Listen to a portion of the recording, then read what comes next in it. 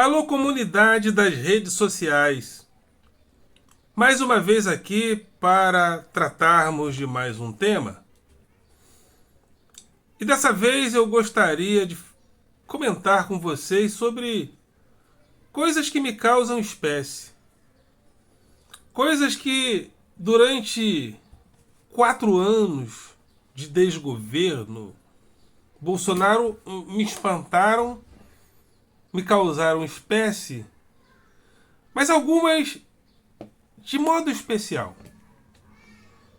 Algumas me causam espécie agora, pessoas ainda nas portas dos quartéis, enchendo o saco de militares, orando a Deus, usando um muro de lamentações, que é o muro dos quartéis.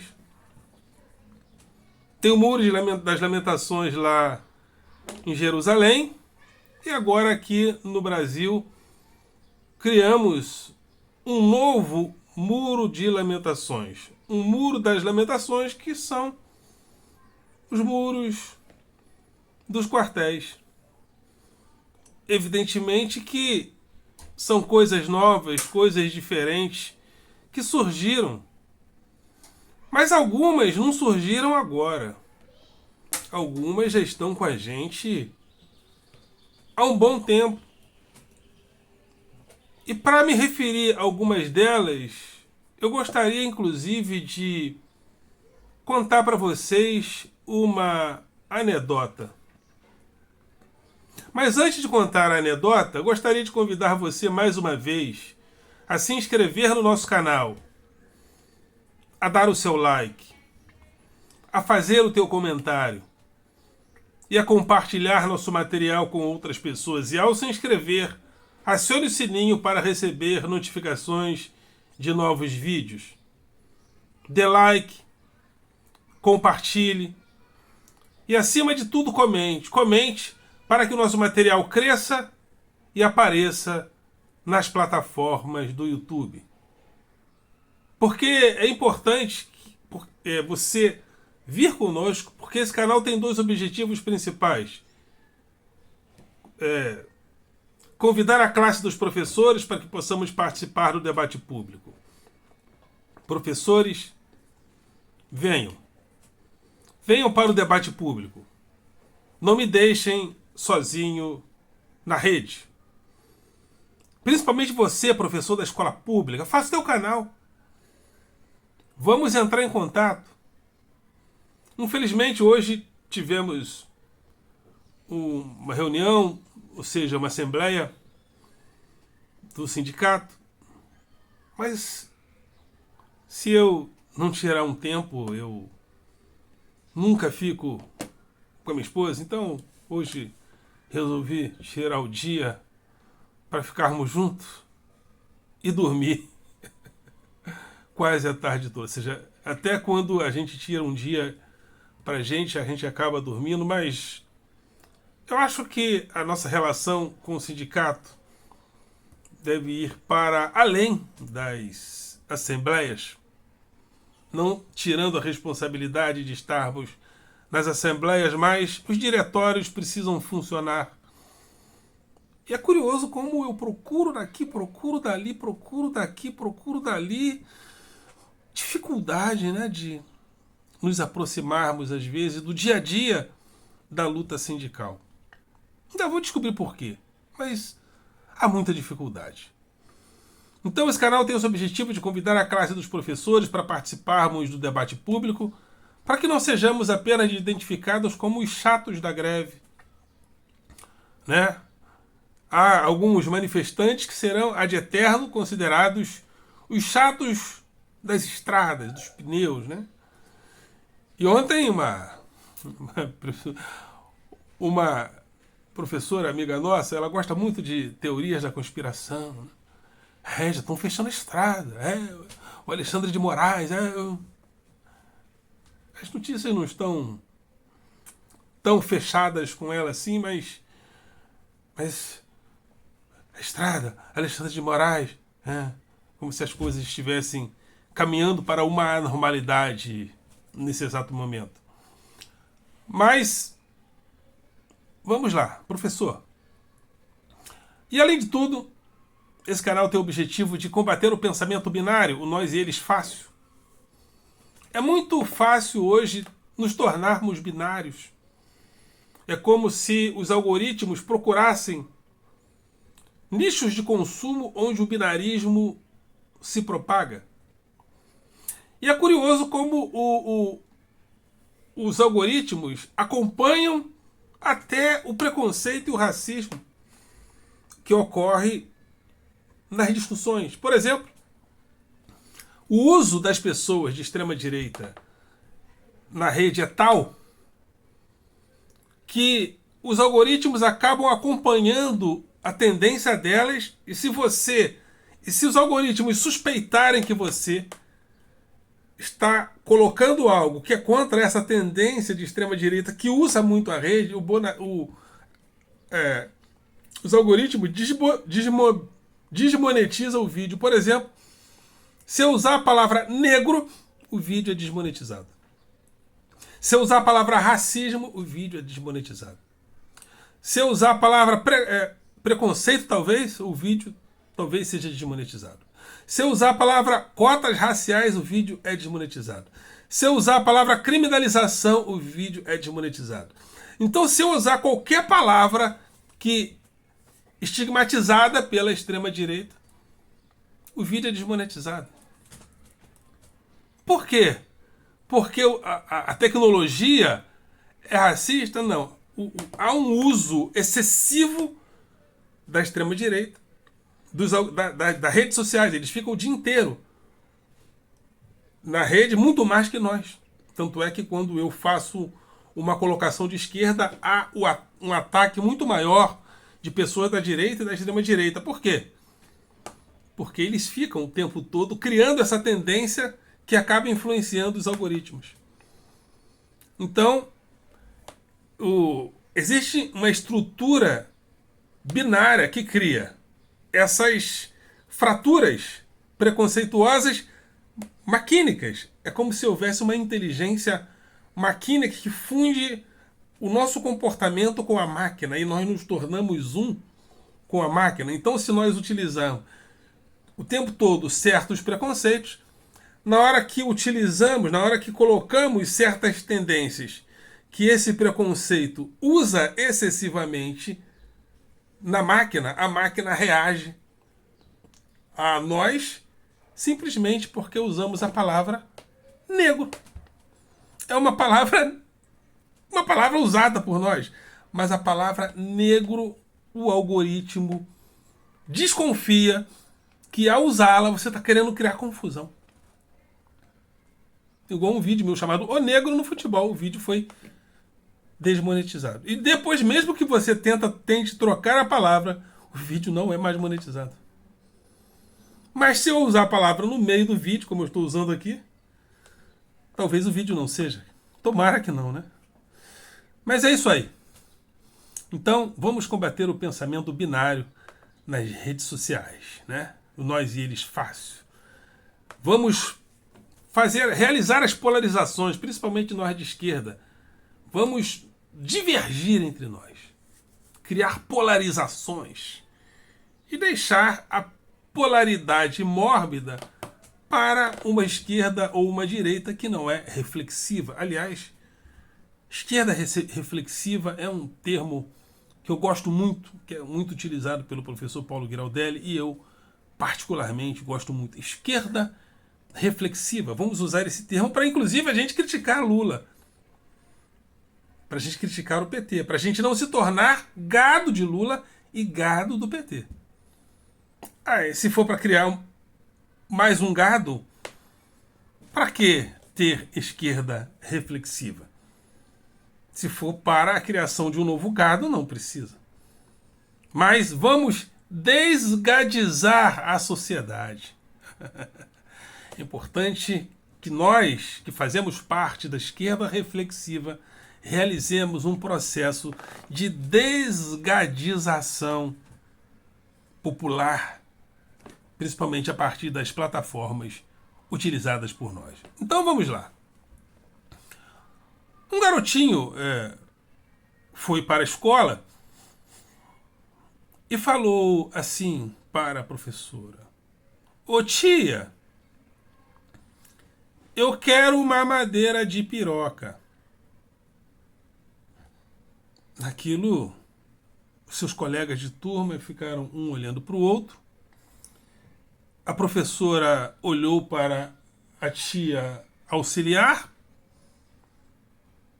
e as professoras falaram para a criança: Não, Zezinho. O nome do garoto era Zezinho.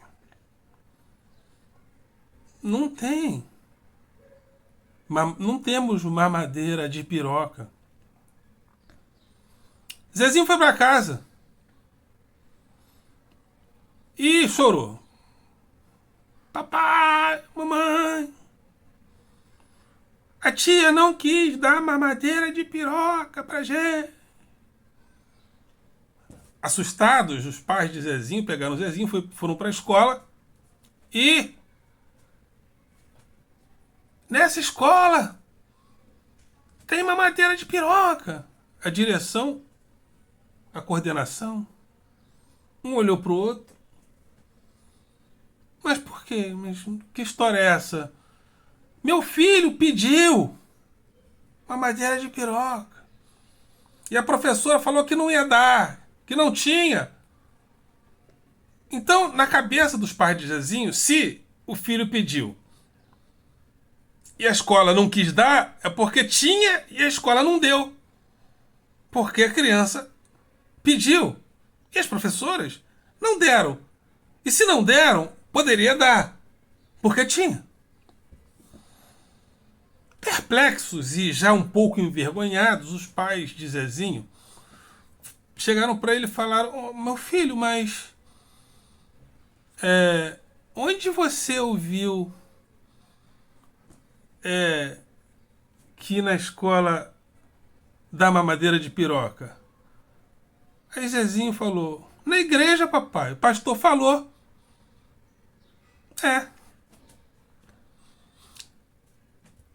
Se você, e eu já tive essa experiência, de comentar com adolescentes, já lá com seus 15, 16 anos, até 17.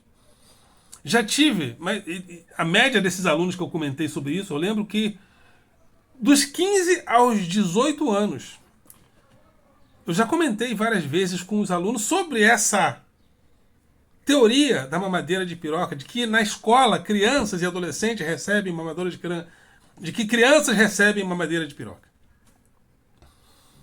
A maioria esmagadora dos que eu abordei falando disso nunca tinham ouvido falar sobre mamadeira de piroca. Você sabia disso? Onde eles ouvem falar dessas coisas? Eles ouvem falar em grupos de WhatsApp. Os que ouvem, os que já ouviram falar, vagamente ouvem falar em grupo de bolsominion, no WhatsApp, nos grupos de família, nos grupos de Facebook e em grupos religiosos, onde tem o pastor ou o padre naqueles grupos católicos mais à extrema direita. Mas, curiosamente, na escola, quase ninguém ouve ou já ouviu falar disso. Até porque não é estranho que os únicos que, na maioria das vezes, que quase os únicos que, na maioria das vezes, nunca ouviram falar de mamadeira de piroca sejam exatamente as crianças e adolescentes. Não é curioso? Mas chega para um bolsomínio gado convicto. Ele passou pela escola e nunca viu madeira de piroca. Ele nunca ouviu. O filho dele também nunca ouviu falar sobre madeira de piroca. A filha, muito menos. Os sobrinhos, vizinhos, muito menos. Os filhos dos irmãos da igreja nunca ouviram falar de mamadeira de piroca. Mas tem. Mas e as crianças e adolescentes que teriam ouvido falar de mamadeira de piroca e kit gay? A piada que eu falei foi sobre a mamadeira de piroca. Mas tem a mamadeira de piroca e o kit gay. O kit gay. Tem o kit gay. As escolas dão o kit gay para os alunos. Aí você chega em aluno por aluno, inclusive das igrejas onde os pastores falam isso, inclusive das igrejas onde os grupos dos irmãos falam sobre isso. Todos chegam para os seus filhos e perguntam: filho, na escola você recebeu kit gay? Ninguém recebeu. Mas onde essas coisas... Na escola, onde há o boato que essas coisas existem, elas nunca aparecem. Não aparece mamadeira de piroca. Não aparece o tal de kit gay. Do que se trata isso? Se trata daquilo que eu chamo carinhosamente de psicose política. Existe a neurose e existe a psicose. Na neurose, nós fraturamos a realidade através das palavras, através, inclusive, da repetição. Da repetição da palavra, das repetições de conceitos. E a neurose é esse comportamento onde, através da palavra, nós evitamos que a realidade venha a nós com todo o seu potencial, às vezes agressivo. Por isso é que muitas coisas, segundo Freud, ficam guardadas no inconsciente. E as palavras criam comportamentos neuróticos para que essas coisas não façam parte do processo civilizatório. Mas na psicose, a realidade vem a nós. A realidade fala a nós. E a mamadeira de piroca é como se fosse uma psicose. Como se fosse uma psicose onde aquilo que a palavra apresenta como realidade fosse uma realidade que falasse a pessoa. Fosse um fenômeno que falasse a pessoa. Sem que a pessoa tivesse e tenha a capacidade de fraturar essa realidade que vem a elas, que fala a elas, mesmo sem existir. É como se fosse...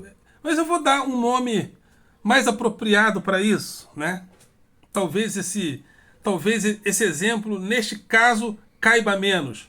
Mas o livro Capitalismo Esquizofrênico, o livro do professor Paulo Giraldelli, o semiocapitalismo, talvez onde as palavras são usadas não na sua representação semântica, não como significado que tem um significante real. As palavras são usadas como símbolo, como entidades simbólicas que representam uma série de contradições aparentes que não precisam ter significante, mas que a palavra identifica uma série de aparências contraditórias. Por exemplo, a palavra machismo.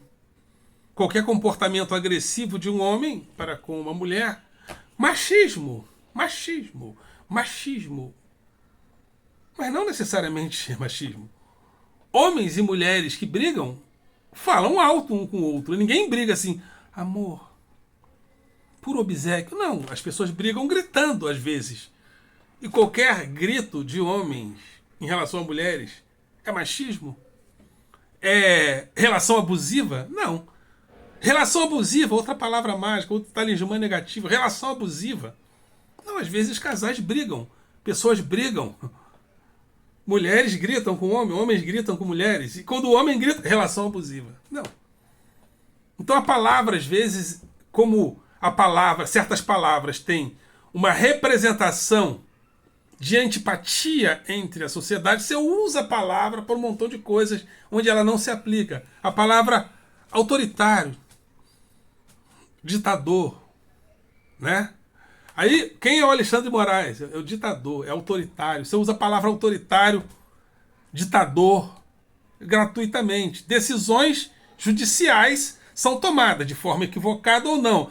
Mas se a decisão judicial tomada de forma equivocada ou não são tomadas, elas sempre foram assim. Em países, em democracias, decisões judiciais são tomadas. Às vezes equivocadas, às vezes não. O que é isso? Ditadura? Não, decisões judiciais têm que ser cumpridas. Cabem recurso, na maioria esmagadora das vezes. Mas aí eu pego a palavra ditador, autoritário, e uso a palavra como talismã negativo. Pedófilo. É igual a Flor de Lis, não quero dizer que é verdade ou mentira dela, mas para dizer que o marido assassinado tinha comportamentos contraditórios em relação à família, ele abusava de mim. A palavra abuso sexual, pedofilia, são palavras que as pessoas usam porque elas apresentam uma antipatia prévia. Mas se eu usar às vezes se eu uso a palavra, por exemplo, traficante, essa palavra já não causa tanta antipatia assim. Então, usar a palavra traficante, traficante tem até um charme, né? O traficante faz até certos sucessos entre mulheres. Mas a palavra racista, a palavra racista, também é uma palavra... São palavras usadas como talismã negativos, porque elas, ao serem pronunciadas, já causam uma antipatia à própria palavra, sem que essa palavra seja direcionada a alguém. Ela já causa uma antipatia, ou seja, pedófilo. Já um repúdio pela palavra. Aí eu pego essa palavra que já tem uma antipatia prévia e aplico às pessoas sem que haja um significante a ser aplicado. Onde a palavra possa ser aplicada. Então, é isso também a mamadeira de piroca. É isso também o kit gay.